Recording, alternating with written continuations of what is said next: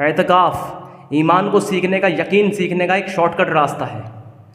جو یقین بزرگان دین، بزرگ لوگوں نے بہت مجاہدوں کے ساتھ سیکھا، اعتکاف میں انسان رہ کر ایک دم سے وہ صحیح طریقے سے والا یقین حاصل کر سکتا ہے۔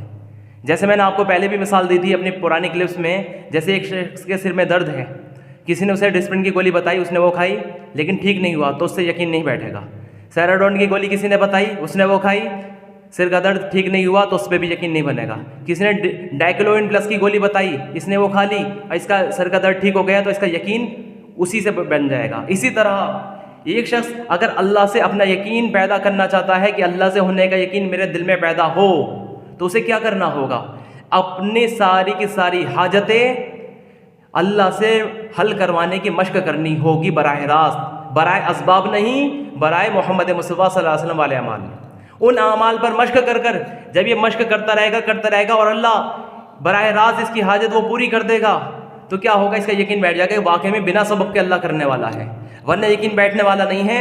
آپ کتنی زبان سے کہہ دو کہ اللہ سے ہوتا ہے، اللہ سے ہوتا ہے، لیکن دل یوں ہی کہے گا جب تک کھانا نہیں کھاؤ گے تو بھوک کیسے مٹے گی، جب تک پانی نہیں پیو گے تو پیاس کیسے بجھے گی۔ جس دن آپ کھانے کے بغیر بھوک مٹوا لو گے، پانی کے بنا پیاس بجھوا لو گے، تو یقین بیٹھ جائے گا کہ واقعی میں اللہ کرنے والا ہے۔ اللہ پاک کرنے میں نہ شکلوں کا محتاج نہیں ہے، یہ شکلیں صرف آخرت بنانے کے لیے دی گئی ہے کہ اس کے اندر میں عمل کر کے آخرت تیار کروں۔ یہ ساری چیزیں میں نے آپ کو پہلے بیان میں کلیئر کر دی ہے، جس نے نہ سنا ہو سن سکتے ہیں۔ تو بہرحال اعتکاف کی حقیقت بتاتا ہوں آپ لوگوں کو۔ اعتکاف کس چیز کا نام ہے؟ جیسے لوگ بھوک ہڑتالیں کرتے ہیں، دھرنے دیتے ہیں حکمرانوں کے سامنے کہ ہماری مانگیں پوری کرو، ہماری مانگیں پوری کرو، تو حضرت ابو بکر صدیق کی جو اولاد ہے، اولادوں میں جو نسلیں چلتی ہوئی آ رہی ہے، اس میں ایک گزرے حضرت جی مولانا یوسف صاحب رحمۃ اللہ علیہ، وہ فرمایا کرتے تھے، لکھا ہوا ہے کہ لوگ بھوک ہڑتالیں کرتے ہیں، دھرنے دیتے ہیں حکمرانوں کے سامنے کہ ہماری مانگیں پوری کرو، ہماری مانگیں پوری کرو۔ ان کے لیے یہاں بھی بھوک ہے اور آخرت میں بھی بھوک ہوگی۔ یہ اللہ کے غیر کے در پہ جا کے پڑھ رہے ہیں، یہ لوگ بھوک سے مر رہے ہیں باہر، جنتا، اور وہ عوام ساری کی ساری تڑپ رہی ہے، اور وہ اندر بیٹھے ہوئے آرام سے مرغ مسلم کھا رہے ہیں۔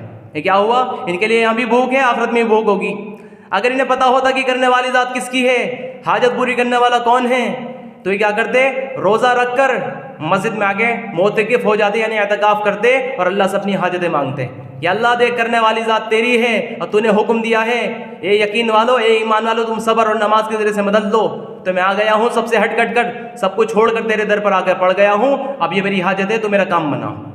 اب بتاؤ، یہ رو رو کے بار بار اپنی حاجت اپنا کہے، اور جب اللہ اس کی حاجت براہ راست پوری کر دے گا تو کیا ہوگا؟ اس کا یقین بیٹھ جائے گا، یقین دل میں بیٹھ جائے گا۔ اللہ کے رسول جناب محمد مصطفیٰ صلی اللہ علیہ وسلم گھر پر آئے، حضرت عائشہ سے پوچھا کچھ ہے کھانے کو؟ جی کچھ نہیں ہے۔ مسجد پہنچے، 2 رکعت کا عمل کرا، گھر پر آئے واپس، یہ کچھ انتظام؟ جی کچھ نہیں ہے۔ ایسے 3-4 مرتبہ چکر کاٹے تو گھر پر کھانے کا انتظام ہو گیا۔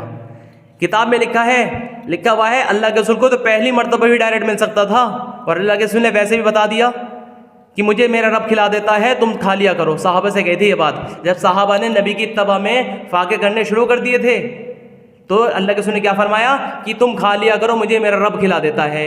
تو جسے براہ راست کھلایا جا رہا ہے تو وہ بار بار 2 رکعت کیوں پڑھ رہے ہیں؟ یہ پڑھ رہے ہیں امت کی تعلیم کے لیے۔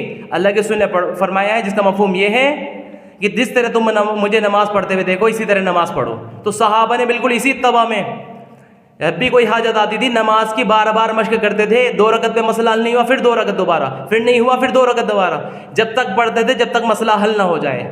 لیکن ایک آدمی عمل سے لینے کی کوشش کرے، اور اگر عمل پہ مسئلہ حل نہ ہوا اور اگر اس نے عمل کرنا چھوڑ دیا، تو اس کا یقین اور خراب ہو جائے گا۔ اس لیے جو اگر اللہ سے لینے کی مشق کر رہا ہے تو اسے پورا ہی کر کے اٹھے، ورنہ ادھورا یقین گمراہی ہو جائے گی، پھر یہ عمل سے اور دور ہو جائے گا، اللہ سے اور دور ہو جائے گا کہ میں نے ٹرائی کر کے دیکھ لیا، کچھ نہ ہوا۔ اس لیے جم جائے کہ لینا ہے تو لینا ہے۔ یہ ہے اعتکاف کہ ادھر وہ در نہ کھولیں گے، ادھر ہم در نہ چھوڑیں گے۔ یہ مسئلہ یہ تو دنیا والوں کے لیے ڈائلاگ ہے، اللہ کا در تو ہمیشہ کھلا رہتا ہے۔ حضرت حسن بصری رحمۃ اللہ نے اپنی مجلس میں فرمایا، جو اللہ کا در کھٹکھٹائے گا اللہ ضرور کھولے گا۔ ایک بوڑھی اماں جا رہی تھی، حسن، کوئی رب کے دروازے بھی جو بند ہوتے ہیں کہ جو کھٹکھٹانے پڑے؟ حسن رحمۃ اللہ نے فرمایا، حسن تیرا ستیہ ناس، ایک بوڑھیا بھی تجھ سے زیادہ اللہ کو پہچانتی ہے۔ اب بتاؤ، اللہ کے تو در ہر وقت کھلے رہتے ہیں، اللہ کے در تو ہر وقت کھلے رہتے ہیں، اور حدیث پاک میں ہے کہ جو مسجد میں آتا ہے وہ اللہ کا مہمان ہے، اللہ اس کا میزبان ہے، اور میزبان کے ذمہ ہے کہ مہمان کا اکرام کرے۔ اور روایت میں ہے ایمان والے کے لیے یعنی مومن کے لیے مسجد ایسی ہے جیسے مچھلی کے لیے پانی۔ مچھلی کی ہر حاجت کہاں پوری ہوتی ہے؟ کہ پانی میں۔ اسی طرح ایمان والے کی ہر ضرورت کہاں پوری ہوگی؟ کہ مسجد میں۔ اور اللہ کے سنے بازار کے مقابلے میں مسجد لے کر آئے ہیں کہ اللہ کو سب سے زیادہ ناپسند جگہ بازار ہے اور سب سے زیادہ پسندیدہ جگہ مسجد ہے. تو کیا کریں ہم لوگ؟ اپنی سب سے بہترین موقع ہے اعتکاف کر کے اپنی مسئلے مسائل حل کروانے کا. ورنہ امت جو ہے ادھر ادھر بھاگی پھر رہی ہے اپنے مسئلے کو لے کے. کوئی حکمرانوں کے پاس جا رہا ہے, کوئی وکیلوں کے پاس جا رہا ہے, کوئی رشتہ داروں سے خوشامد کر رہا کہ بچی کا نکاح کروا دو, کوئی پیر باباؤں کی مزاروں پہ جا رہا کہ کسی طرح مسئلہ حل ہو جائے. اور جس کے پاس مسئلے کا حل ہے اس کی طرف کوئی جانے کو تیار نہیں ہے. بس زبان سے کہہ دیتے ہیں کہ ہاں اللہ تو کر رہی ہے, لیکن کچھ کرنا بھی تو ضروری. بے شک کچھ کرنا ضروری ہے, لیکن وہ کرو جو اللہ نے کرنے کا جس کا حکم دیا ہے. تو یہ ہے معاملہ. ہم لوگ اللہ سے اپنی حاجت کہے, رو رو کے کہے. اور آپ اعتکاف کی دعا بھی دیکھ لیجئے کیا ہے, بسم اللہ دخلت وعلیہ توکلت ونویت سنت الاعتکاف, کہ اللہ کے نام سے میں جو ہے داخل ہوتا ہوں, اللہ کے نام سے میں داخل ہوتا ہوں اور اسی پر میں نے توکل کر لیا ہے, اور یہ میں اعتکاف میں سنت کے مطابق کرتا ہوں. اب بتاؤ توکل اللہ پر کر کے, توکل کس چیز کا نام ہے؟ اللہ کا حکم کو پورا کر کے اللہ پہ بھروسہ کرنے کا نام توکل ہے. اللہ پاک نے قرآن میں اپنے نبی سے فرمایا آپ ہرگز آنکھ اٹھا کر نہ دیکھیے اس چیزوں کی طرف جس کی ہم نے ان لوگوں کو, دنیا داروں کو رونق کے لیے, ان کی آزمائش کے لیے انہیں دے رکھی ہے سامان.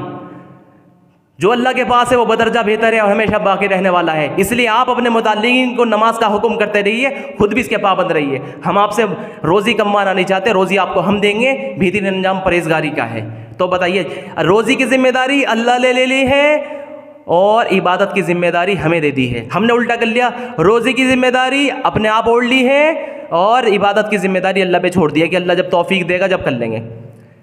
اس لیے ہم کیا کریں, ایک بزرگ فرماتے تھے, لکھا ہوا ہے کہ اللہ جس چیز کی ذمہ داری تو نے لی ہے اس سے مجھے بے فکری نصیب فرما, اس میں مجھے مشغول ہونے سے میری حفاظت فرما, اور جس چیز کی ذمہ داری تو نے ہمیں سونپی ہے اس چیز میں ہمیں لگے رہنے کی توفیق عطا فرما. اب اللہ نے کس چیز کی ذمہ داری لی ہے؟ رزق کی. ہماری تمام حاجتوں کی ذمہ داری کس کی ہے؟ کہ اللہ کی ہے. اور عبادت کی, بندگی کی ذمہ داری کس کی ہے؟ کہ وہ ہماری ہے. ہم صحیح طریقے سے اللہ پر کامل یقین کر کے, اللہ کو اپنا رب یقین کرتے ہوئے کہ میری تمام حاجتیں کہیں سے وابستہ نہیں ہیں, صرف اللہ سے وابستہ ہے, کائنات کی کسی شکل سے کچھ نہیں ہوتا, صرف اللہ سے ہوتا ہے, تو اس پر پورا مکمل یقین کر کے کیا کریں ہم, اس کی بندگی میں لگ جائے. پھر دیکھو اللہ کیسے دے کر دکھاتا ہے. پہلے لوگ بزرگان دین, بزرگوں نے کیا کرا, جنگلوں میں جا کے پڑ گئے اور راست پلنا جب سیکھ گئے, پھر لوگوں میں آ کے دعوت دی اور لوگوں کو اللہ کی طرف بلایا کہ دیکھو تمہاری حاجتیں پوری کرنے والا اللہ ہے, کوئی حاجت روا نہیں سوائے اللہ کے, کوئی مشکل کشا نہیں سوائے اللہ کے, کوئی کام بنانے والا نہیں سوائے اللہ کے, کوئی غریبوں کو نوازنے والا نہیں سوائے اللہ کے. اس لیے اللہ ہی کی عبادت کرو, اسی سے مانگو, ایاک نعبد و ایاک نستعین. تو اس لیے ہم کیا کریں, اپنا سارا مسئلہ اللہ سے حل کروانے کی مشق کریں. اور حدیث پاک میں ہے جس کا مفہوم یہ ہے, جس کے اوپر 3 دن کا فاقہ گزرے وہ لوگوں سے اس کو چھپائے, اپنے حال کا اظہار کسی اور پہ نہ کرے, تو اللہ کے ذمہ حق ہے کہ جب یہ اللہ سے مانگے تو اللہ کے ذمہ حق ہے کہ اللہ 1 سال کے حلال روزی سے براہ راست عطا فرمائے گا. تو اب دیکھیے, ایک فقیر مسجد میں اعتکاف کی نیت سے آگے بیٹھے, بعد کچھ سامان کھانے پینے کا کچھ نہ تھا. امام مسجد کی نظر پڑ گئی کہ میاں کچھ کر دو لو, پیٹ کا پالنا بھی تو فرض ہے, اچھے خاصے ہٹے کٹے ہو. تو فقیر نے کوئی جواب نہ دیا. دوسری مرتبہ امام صاحب نے, تیسری مرتبہ جب یہی بات بولی تو فقیر نے کہا وہ جو پڑوس میں یہود کی دکان ہے نا, اس نے روزانہ کی 2 روٹی مقرر کر لی ہے. اتنا سن کے امام صاحب نے کہا پھر تو اچھی ذمہ داری لے لی ہے اس نے, تو پھر تو خوب اعتکاف کیجیے. اتنا کہہ کے امام صاحب چل دیے. تو فقیر نے کہا امام صاحب کاش آپ امام نہ ہوتے تو بڑا ہی اچھا تھا. اس نے کہا بھائی کیوں؟ یہ بات یہ تو اپنی ناقص توحید کے ساتھ, ادھورے ایمان کے ساتھ اللہ اور اس کے بندوں کے بیچ میں واسطہ بن کے کھڑے ہوتے ہو. ایک یہودی مشرک کے روزی کے بات کو تم نے اللہ کے روزی کے وعدے پہ ترجیح دے دی. افسوس ہے تم پر اور تمہارے حال پر. یعنی کیا اللہ نے جو رزق کی ذمہ داری لی ہے اس کا تو تمہیں یقین نہیں ہے, اور جو ایک بندے نے اگر ذمہ داری لے لی اس پر تمہیں بڑا اعتماد ہے. اللہ کے سننے کیا فرمایا زبیر, جب اللہ نے عرش پہ جلوہ افروز کرا تو سارے انسانوں سے مخاطب ہو کے فرمایا اے انسانوں میں تمہارا رب ہوں, تمہاری تمام حاجتوں کو پوری کرنے والا میں ہوں اور تم میرے بندے ہو, لہٰذا تمہاری روزی میرے ذمے ہے, تم مجھ سے مانگو میں تمہیں دوں گا. تم اپنے آپ کو ایسی چیز میں مشقت میں مت پھنساؤ جس کی ذمہ داری میں نے لی ہے. رزق کی ذمہ داری میں نے لی ہے, تم مجھ سے مانگو میں تمہیں دوں گا. رزق کے خزانے 7 آسمان کے اوپر میرے عرش سے ملا ہوا خزانہ ہے. اس رزق میں سے میں تمہارے گمان کے بقدر, تمہارے صدقوں کے بقدر, تمہارے اعمال کے بقدر رزق اتاروں گا. تو دیکھو صاف بتا دیا, اپنے آپ کو مشقت میں مت پھنساؤ اس کے مسئلے میں کہ میں تمہیں دوں گا تم مجھ سے مانگو. لیکن مسئلہ گمان پہ ہے. جو جس نے گمان کر رکھا میاں دنیا کی محنت سے ملے گا تو دنیا میں پڑے رہو بھائی. جو اللہ پر کامل یقین کر کے اعتماد کر لے گا, میں نے پچھلے بیان میں بھی بتایا ہے, جنہیں نہ سنا ہو سارے کے سارے بیان پچھلے سن لے, خاص طور سے دنیا کی حقیقت والا بیان, اس میں سب حقیقت کھل کے آ جائے گی کہ کیا ہے اصل حقیقت. اس لیے ہم اپنا یقین بدلنے کے لیے اعتکاف کریں, اپنا یقین بدلنے کے لیے اعمال پہ اللہ سے پلنے کی پرورش لینے کی مشق کریں, ورنہ جب کانا دجال آئے گا تو دیکھتے رہ جاؤ کہ سب کے سب اب کیا کریں. اور اللہ کے سننے خود حدیث قدسی میں اپنا رب کا یہ ارشاد مبارک نقل کرا ہے، اسے میں نے پہلے بیان میں بتایا تھا، اب پھر نقل کر رہا ہوں۔ اللہ پاک نے فرمایا میرے بندو تم سب کے سب بھوکے ہو سوائے سے جسے میں کھلاتا ہوں، تم مجھ سے مانگو میں تمہیں کھلاؤں گا۔ میرے بندو تم سب کے سب ننگے ہو سوائے اس کے جسے میں کپڑا پہناؤں، تم مجھ سے کپڑے مانگو میں تمہیں کپڑے بھی دوں گا۔ میرے بندو تم سب کے سب غریب ہو فقیر ہو سوائے سے جسے میں غنی کروں مالدار کروں، اسے تم مجھ سے مانگو میں تمہیں مالدار بھی کروں گا۔ تمہارے سارے اگلے پچھلے مرد عورت انسان جنات نباتات حیوانات سب کے سب ایک میدان میں جمع ہو کر مجھ سے مانگے، میں سب کی حاجتیں پوری کر دوں گا، اور وہ پورے حاجتیں میں دینے میں میرے خزانے میں اتنی بھی کمی نہیں آنے کی۔ ایک سوئی کو سمندر کے اندر میں ڈبو کے باہر نکال دو تو ایک قطرہ جو باہر آیا سمندر کا سوئی کے نوک پر لگ کر اس سے سمندر کے پانی میں کمی آ گئی، لیکن میرے خزانے میں اتنی بھی کمی نہیں آتی۔